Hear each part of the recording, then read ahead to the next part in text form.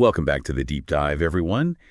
Today we're diving into some really incredible stories of, well, survival, I guess you could say. Yeah, survival against all odds. Exactly. We're going to be talking about the California condor and the black-footed ferret, two species that were literally right on the edge of vanishing forever. Right at the brink, yeah. And what's so fascinating is, going through the material you shared, it's just amazing to see how human ingenuity and honestly just pure determination can actually bring these animals back from the brink. I mean, we're talking about animals that were almost extinct, and now they're making a comeback. Yeah, and I think it's a powerful reminder that extinction isn't always the end of the story. I mean, you and I both know that extinction is a natural part of the cycle of life on Earth, but it's often accelerated by human actions. And as your sources demonstrate, sometimes we can step in and actually reverse that trajectory. And these two species, the condor and the ferret, they really are testaments to what's possible when science and human commitment come together. It's remarkable. So, okay, let's start with the California condor. Okay. Now, the condor, this is North America's largest bird. We're talking a 10-foot wingspan. 10 feet. Yeah, it's hard to imagine something that big almost disappearing. It's really hard to even picture, right? Yeah. But by the 1980s, that's exactly where they were, almost gone. It really is a stark illustration of how fragile even the most magnificent species can be. Like you said, this is a bird with a 10-foot wingspan, a true giant. A giant. And yet your research shows by 1987, only 27 of these magnificent birds were left in the wild. Just 27. It's mind-boggling. It is, and it was a combination of factors that drove them to that point. I mean, habitat loss was a big one, hunting, obviously, but one of the primary culprits was actually lead poisoning. Lead poisoning. Yeah, lead poisoning. Condors are scavengers, so they feed on the carcasses of dead animals, and back then, hunters used lead ammunition a lot. So when condors would feed on a carcass that had been shot with lead bullets, they would ingest those fragments. I see. And lead, it's highly toxic, and for condors, it can be fatal. Wow, I never would have considered that. So just from scavenging, they were being poisoned. Exactly. It's a tragic illustration of how seemingly unconnected human actions can have these really devastating consequences. Absolutely.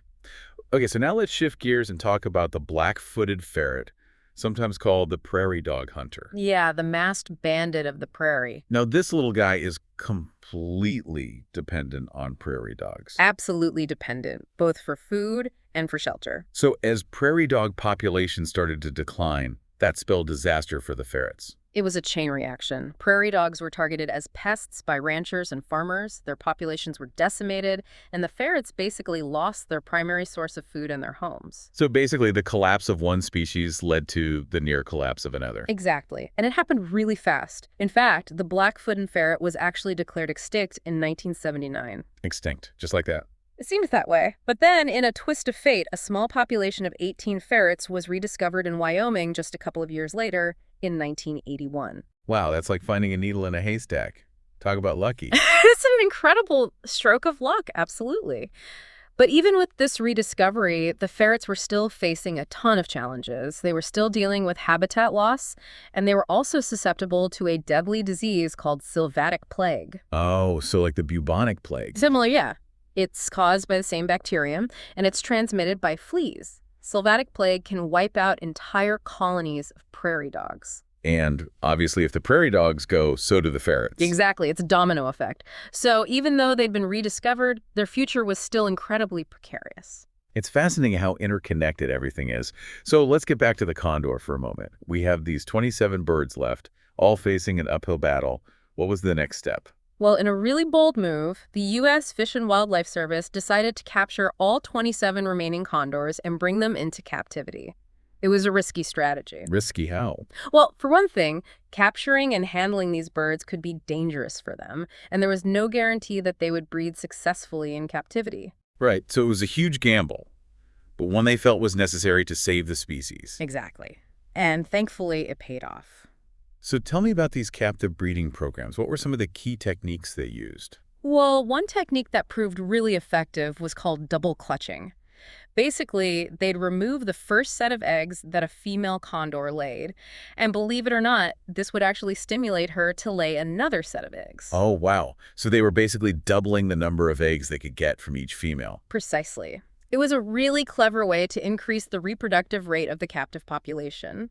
They also took great care to make sure the chicks didn't become too accustomed to humans. Yeah, that makes sense. You don't want them to imprint on humans, right? Yeah, Because they need to be able to survive in the wild. exactly. So they developed these special puppets that looked like adult condors. The puppets were used to feed the chicks and interact with them, minimizing human contact. That's so creative. It is, isn't it? And it worked. The first captive-bred condors were released back into the wild in 1992 in Big Sur. And what about the numbers today? How many condors are there now? Well, your sources indicate that by 2025, the total population had grown to 561 individuals. Wow, that's incredible. From just 27 to over 500. It's a truly remarkable comeback story. But, as you might imagine, it wasn't without its challenges along the way. Right, like the lead poisoning we talked about earlier. Yeah, sadly, lead poisoning is still a major threat to condors. In fact, it's been responsible for over half of all condor deaths in the wild since 2000. That's heartbreaking. So even though they've made this remarkable comeback, they're still facing this serious danger. They are, but conservationists have been working tirelessly to address the issue. There's been a huge push for legislation to ban the use of lead ammunition, especially in areas where condors live. And in California, where a lot of the condor reintroduction efforts have been focused, those efforts have led to a significant reduction in lead exposure. That's good to hear. It sounds like they're making progress, at least. They are. And it highlights how important policy changes can be in conservation efforts. But lead isn't the only threat. There's also this issue of microtrash. Microtrash, what's that? It's basically small bits of trash. Bottle caps, broken glass, things like that. And that's a problem for condors. It can be, especially for chicks. They sometimes mistake these bits of trash for bone fragments, which they need for calcium. Oh, I see. So they ingest the trash thinking it's food, and it can harm them. Exactly. And that's why there are these amazing groups of volunteers who regularly go out and clean up condor nesting areas, removing all this microtrash to protect the birds. It's another example of how human involvement can make a huge difference. Absolutely. It's not just about science. It's about people caring enough to take action. Couldn't agree more. So the condors are making a comeback, but they still need our help. They do. But their return is not just beneficial for the condors themselves. It has positive impacts on the whole ecosystem. Yeah, your sources talk about that. They call it the condor's ecosystem impact. Right. Condors play a vital role as scavengers. They're nature's cleanup crew, essentially. They help prevent the spread of disease by quickly consuming carcasses. And their presence can actually benefit other species, too, like ravens. How so? Well, when condors feed on a carcass, they often leave behind scraps that other scavengers, like ravens, can then feed on. So the condor's presence can actually support a greater diversity of wildlife. That's fascinating. So it's a win-win for everyone. Okay, so let's get back to the black-footed ferret. Now remember, we were talking about how there were only 7 breeding ferrets in that rediscovered population, which must have posed a huge genetic challenge. It did. With such a small founding population, the risk of inbreeding was incredibly high. Inbreeding can lead to all sorts of health problems and make a species more vulnerable to diseases and environmental changes. So they needed to find a way to increase the genetic diversity of the captive population. So what do they do? They got creative. They had the foresight to collect and freeze sperm samples from wild male ferrets, even from some that had died. And then they used this frozen sperm to artificially inseminate the females in the captive breeding program. Wow. So they were basically using genetic material from the past to help secure the future of the species. Exactly. It was a brilliant solution, and it worked. The captive population began to grow, and the genetic diversity increased. That's amazing. And I read that they've actually started reintroducing ferrets back into the wild. How's that going? It's going pretty well. By 2025, there were over 1,200 ferrets living in 34 different reintroduction sites across the U.S., Canada, and Mexico. That's a huge success. It is. But the story doesn't stop there. There's been another groundbreaking development in ferret conservation. Oh, yeah. I read about this. The cloning. Right. In 2021, scientists successfully cloned a black-footed ferret named Elizabeth Ann. And what's really amazing is that they cloned her from genetic material that had been frozen back in the 1980s. So they basically brought back genes that were thought to be lost forever. Exactly. Elizabeth Ann carries genes that aren't present in any of the living ferrets. So what does that mean for the species? Well, it's still early days. Elizabeth Ann hasn't bred yet. But her existence shows that cloning could be a powerful tool for increasing genetic diversity in endangered species, potentially making them more resilient to future threats. It's really pushing the boundaries of what's possible in conservation. It's like something out of a science fiction movie. It is, and it really highlights how science is constantly evolving and finding new ways to address conservation challenges. Absolutely. Now, similar to the condors, the return of the black-footed ferret also has really important implications for the prairie ecosystem, right? Right. Black-footed ferrets are what we call a keystone species. That means they play a crucial role in maintaining the balance of their ecosystem. Okay, explain that. Well, ferrets are the primary predator of prairie dogs, and by controlling prairie dog populations, they actually help to ensure the health of the entire prairie ecosystem. So too many prairie dogs could be a bad thing. It can be. Prairie dogs are great, but if their populations get too large, they can overgraze, which can damage the grasslands. Ferrets help prevent that from happening. I see. So it's all about balance. Exactly. And the ferret's burrows also provide shelter for other prairie animals, like burrowing owls. So their presence has a ripple effect that benefits the entire community. It's amazing how everything is so interconnected. So we've talked about some of the challenges these species face, but what about the successes? What can we learn from the recovery of the condor and the ferret?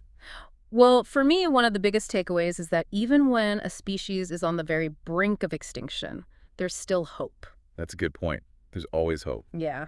And these two species prove that with enough dedication, ingenuity, and scientific know-how, we can turn things around. Absolutely. But it takes a village, doesn't it? I mean, it wasn't just a few scientists working in a lab. This took a massive collaborative effort. It did. The recovery of both the condor and the ferret involved the collaboration of hundreds of organizations, from government agencies to zoos to tribal groups, not to mention countless volunteers. It was a truly Herculean effort. And those volunteers are amazing, too. Just think about the thousands of hours they've put in, just cleaning up condor nests or monitoring ferret populations. Yeah, they're the unsung heroes of conservation. And it's not just about the time, it's about the money, too. Millions of dollars have been invested in these recovery efforts. It really shows the level of commitment that's needed to save a species. It's inspiring. And what about the science involved? It seems like a lot of cutting-edge technology was used in these recovery efforts. Absolutely. Technology has played a crucial role in both stories. For the condors, GPS tracking has been essential for monitoring their movements and detecting signs of lead poisoning early on. And for the ferrets, microchips have helped researchers track individual animals and gather valuable data on their survival and reproduction. And what about that drone technology you mentioned earlier? Yeah, that's another great example of how technology is changing the game in conservation. Drones are now being used to deliver Sylvatic plague vaccine to ferrets in remote areas. It's much more efficient and less invasive than traditional methods. It's incredible, and it shows how creative we can be in finding solutions to complex problems. But even with all this progress, the fight to save these species isn't over, is it? It's not. Both the condor and the ferret are still considered endangered, and they'll likely require ongoing management and protection for the foreseeable future. It's a reminder that conservation is a long game. It is, and it's a game that requires constant vigilance, adaptability, and a willingness to learn and evolve our strategies as new challenges arise. So what's next? What are some of the big questions facing conservation efforts moving forward? Well, there are many species out there that are in even more dire straits than the condor and the ferret were. The northern white rhino, for example, is down to just 2 females. Oh, wow. That's dire. It is, and it begs the question, how do we prioritize our limited resources? Which species do we focus on, and what are the ethical considerations involved in these decisions? These are tough questions, and there are no easy answers. Right. It's not just about the science, it's about our values, too. Exactly, and ultimately it comes down to this. What kind of world do we want to live in? Do we want a world where these incredible creatures that have been around for millions of years, are simply erased from existence? Or do we want a world where they continue to thrive, enriching our lives and the planet as a whole? It's a choice we all have to make. And I think the stories of the condor and the ferret show us that it's a choice worth fighting for. Couldn't have said it better myself. They really are powerful reminders that even in the face of overwhelming odds, there's always hope. And with enough passion, collaboration, and scientific ingenuity, we can achieve extraordinary things. Well said. Thanks for joining us for this deep dive, everyone. We'll see you next time. See you then.